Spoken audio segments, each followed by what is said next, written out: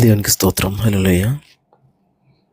ఒక సంవత్సరం ప్రణాళికతో అనుదిన బైబిల్ పఠనం. ఈరోజు 22 జూన్ 2025. ఈ సంవత్సరంలో ఇది 173వ రోజు. ఈరోజు కొరకు ఏర్పాటు చేయబడిన బైబిల్ వాక్య భాగాలు: పాత నిబంధన ఎస్తేరు పుస్తకము 4, 5, 6 అధ్యాయాలు మరియు కొత్త నిబంధన అపోస్తలుల కార్యములు 5వ అధ్యాయము 17వ వచనం నుండి 42వ వచనం వరకు. మొదటిగా ఎస్తేరు 4వ అధ్యాయం. జరిగినదంతయు తెలియగానే మొర్దెకై తన బట్టలు చింపుకొని గోనెపట్టలు వేసుకొని బూడిద పోసుకొని పట్టణము మధ్యకు బయలువెళ్ళి మహాశోకముతో రోదనము చేసి రాజు గుమ్మం ఎదుటికి వచ్చాను. గోనె కట్టుకున్నవాడు రాజు గుమ్మమును ప్రవేశింపకూడదన్న ఆజ్ఞ కలదు. రాజు యొక్క ఆజ్ఞయు శాసనమును ఏ సంస్థానమునకు వచ్చనో అక్కడ ఉన్న యూదులు ఉపవాసముండి మహా దుఃఖములోను ఏడ్పులోను రోదనములోను మునిగిన వారైరి. అనేకులు గోనెను బూడిదను వేసుకుని పడి ఉండిరి. ఎస్తేరు యొక్క పనికత్తెలను ఆమె దగ్గరనున్న షండులను వచ్చి జరిగిన దాన్ని ఆమెకు తెలియజేయగా రాణి గొప్ప మనోవిచారం కలదై మొర్దెకై కట్టుకుని ఉన్న గోనెపట్టను తీసివేయమని ఆజ్ఞ ఇచ్చి కట్టించుకున్నట్టుకై అతని వద్దకు వస్త్రములు పంపాను, కానీ అతడు వాటిని తీసుకోనలేదు. అప్పుడు ఎస్తేరు తన్ను కనిపెట్టి ఉండుటకు రాజు నియమించిన షండులలో హతాకు అని ఒకని పిలిచి అది ఏమి అయినది ఎందుకైనది తెలుసుకొనుటకు మొర్దెకై వద్దకు వెళ్ళమని ఆజ్ఞ ఇచ్చాను. హతాకు రాజు గుమ్మం ఎదుట ఉన్న పట్టణపు వీధిలో నుండి మొర్దెకై వద్దకు పోగా మొర్దెకై తనకు సంభవించినదంతయు యూదులను నాశనం చేయుటకు గాను హామాను వారిని బట్టి రాజు ఖజానాకు తూచి ఇచ్చదనని చెప్పిన సొమ్ము మొత్తము ఇంత అనియును అతనికి తెలిపి వారిని సంహరించుటకై సూషన్లో ఇవ్వబడిన ఆజ్ఞ ప్రతిని ఎస్తేరునకు చూపి తెలుపమనియు ఆమె తన జనుల విషయమై రాజును వేడుకొని అతని సముఖమందు విన్నపం చేయుటకై అతని వద్దకు పోవాలనని చెప్పమనియు దానిని అతనికి ఇచ్చాను. హతాకు వచ్చి మొర్దెకై యొక్క మాటలను ఎస్తేరుతో చెప్పాను.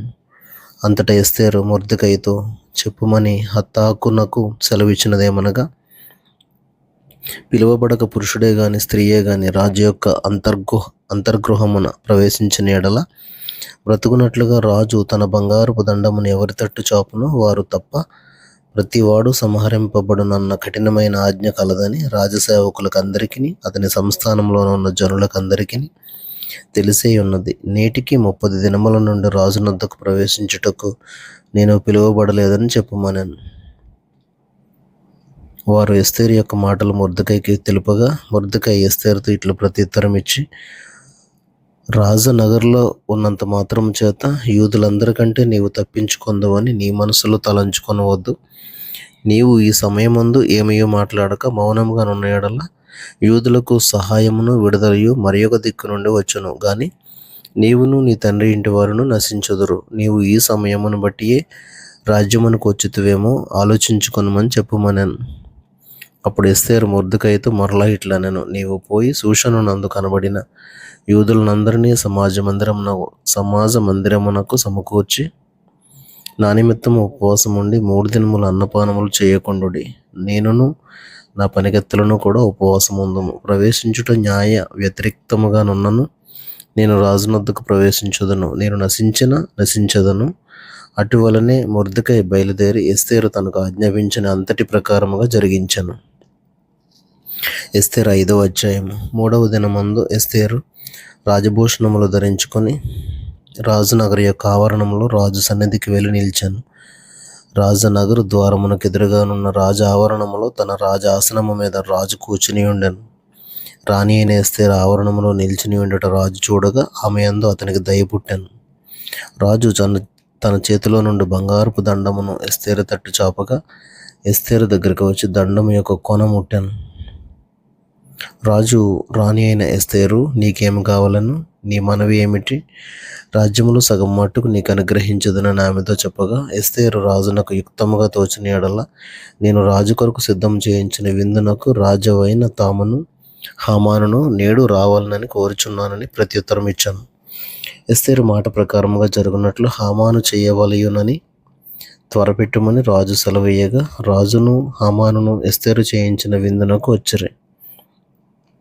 రాజు ద్రాక్షారసపు విందుకు కూర్చుండి ఎస్తేరును చూచి, నీ కోరిక ఏమిటి? అది నీకు అనుగ్రహింపబడును. నీ మనవి ఏమిటి? అది రాజ్యంలో సగము మట్టుకైనను చేయబడునని చెప్పగా ఎస్తేరు ఇలాగూ ప్రత్యుత్తరం ఇచ్చాను.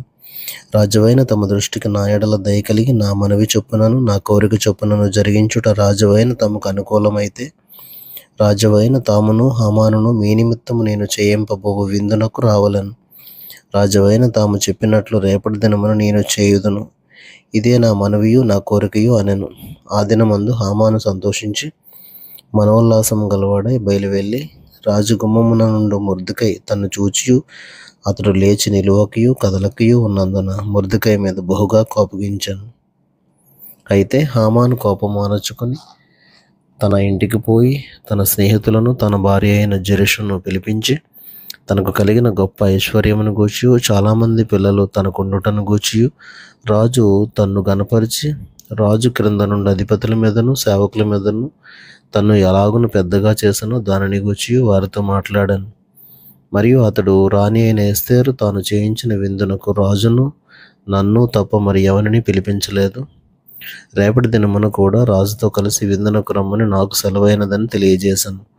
అయితే యూదుడైన మొర్దెకై రాజు గుమ్మమున కూర్చుని ఉండుట నేను చూచున్నంత కాలము ఆ పదవి అంతటి వలన నాకు ప్రయోజనం ఏమీ లేదని అతడు చెప్పగా అతని భార్య అయిన జెరెషును అతని స్నేహితులందరూ 50 మూరల ఎత్తుగల ఒక ఉరికొయ్యి చేయించము. దాని మీద మొర్దెకై ఉరి తీయింపబడినట్లు రేపు నీవు రాజుతో మనవి చేయము. తరువాత నీవు సంతోషముగా రాజుతో కూడా విందునకు పోదువు అని అతనితో చెప్పారు. ఈ సంగతి హామానునకు యుక్తముగా కనబడినందున అతడు ఉరికొయ్యి ఒకటి సిద్ధం చేయించాను.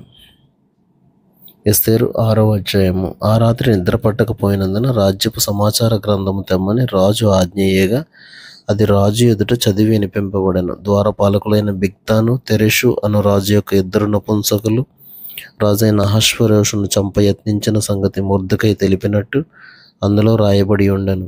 రాజు ఆ సంగతి విని ఇందు నిమిత్తము మొర్దెకైకి బహుమతి ఏదైనను ఘనత ఏదైనను చేయబడినా అని అడుగగా రాజు సేవకులు అతనికేమీ చేయబడలేదని ప్రత్యుత్తరం ఇచ్చిరి.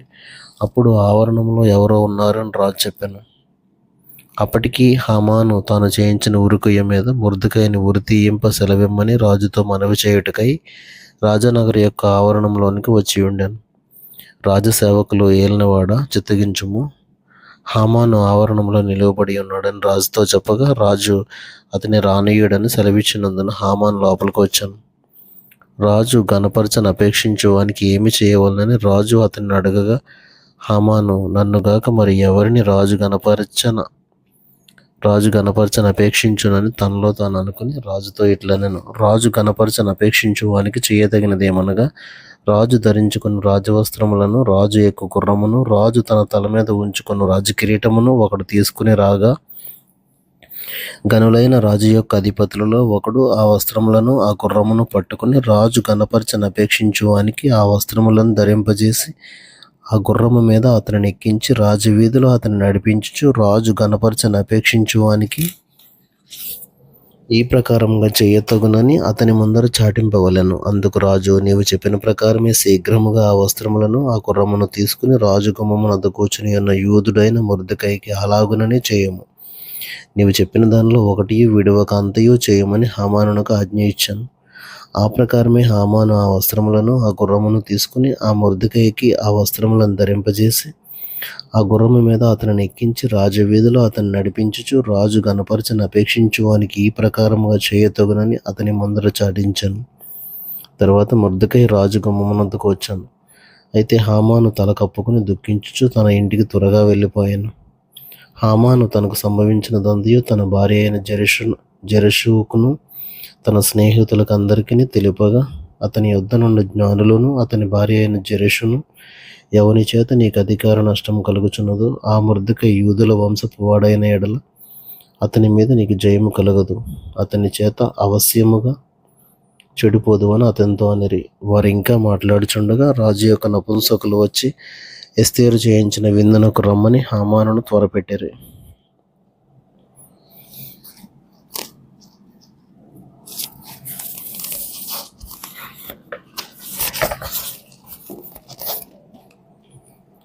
క్రొత్త నిబంధన అపోస్తలుల కార్యములు 5వ అధ్యాయము 17వ వచనం నుంచి 42వ వచనం వరకు. ప్రధాన యాజకుడును అతనితో కూడా ఉన్నవారందరూ అనగా సద్దూకయ్యుల తెగవారు లేచి మత్సరముతో నిండుకొని అపోస్తలులను బలాత్కారముగా పట్టుకుని పట్టణపు చెరసాలలో ఉంచిరి. అయితే ప్రభువు దూత రాత్రివేళ చెరసాల తలుపులు తీసి వారిని వెలుపలికి తీసుకుని వచ్చి, మీరు వెళ్ళి దేవాలయంలో నిలువబడి ఈ జీవమును గూర్చిన మాటలన్నీ ప్రజలతో చెప్పుడని వారితో అనెను. వారు ఆ మాట విని తెల్లవారగానే దేవాలయంలోనికి వెళ్ళి బోధించుచుండిరి. ప్రధాన యాజకుడును అతనితో కూడా ఉన్నవారును వచ్చి మహాసభ వారిని ఇశ్రాయేలీయుల పెద్దలనందరినీ పిలువనంపించి వారితో తోడుకుని రండని బండ్రౌతులను చెరసాలకు పంపిరి. బండ్రౌతులు అక్కడికి వెళ్ళినప్పుడు వారు చెరసాలలో కనబడనందున తిరిగి వచ్చి చెరసాల బహుభద్రంగా మూసియుండుటయు కావలి వారు తలుపుల ముందర నిలిచియుండుటయు చూచితిమి. గాని తలుపులు తీసినప్పుడు లోపల మాకొకడైనను కనబడలేదని వారికి తెలిపిరి. అంతటి దేవాలయ అధిపతియు ప్రధాన యాజకులను ఆ మాటలు విని ఇది ఏమవును అని వారి విషయమై ఎటూ తోచుకుయుండిరి.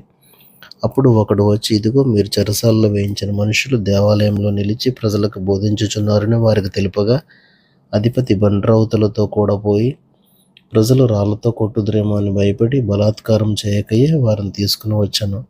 వారిని తీసుకుని వచ్చి సభలో నిలవబెట్టగా ప్రధాన యాజకుడు వారిని చూచి, మీరు ఈ నామమును బట్టి బోధింపకూడదని మేము మీకు ఖండితంగా ఆజ్ఞాపింపలేదా? ఇదిగో మీరు యెరూషలేమును మీ బోధతో నింపి ఈ మనిషిని హత్య మా మీదకి తేవాలని ఉద్దేశించుచున్నారని చెప్పాను. అందుకు పేతురును అపోస్తలులను, మనుష్యులకు కాదు దేవునికి మేము లోబడవలెను గదా. మీరు మ్రానును వేలాడదీసి సంహరించిన యేసును మన పితరుల దేవుడు లేపెను. ఇజ్రాయేలునకు మారు మనసును పాపక్షమాపణను దయచేయుటకై దేవుడు ఆయనను అధిపతినిగాను రక్షకునిగాను తన దక్షిణ హస్త బలము చేత హెచ్చించి ఉన్నాడు. మేమును దేవుడు తనకు విధేయులైన వారికి అనుగ్రహించిన పరిశుద్ధాత్మయు ఈ సంగతులకు సాక్షులమై ఉన్నామని చెప్పిరి. వారు ఈ మాట విని అత్యాగ్రహం తెచ్చుకొని వీరిని చంపనుద్దేశించగా, సమస్త ప్రజల వలన ఘనత నొందినవాడును ధర్మశాస్త్రోపదేశకుడునైన గమలీయేలను ఒక పరిసయ్యుడు మహాసభలో లేచి ఈ మనుషులను కొంతసేపు వెలుపల ఉంచుటని ఆజ్ఞాపించి వారితో ఇట్లనెను, ఇశ్రాయేలీయులారా, ఈ మనుష్యుల విషయమై మీకేమి చేయబోచున్నారో జాగ్రత్త సుమండి.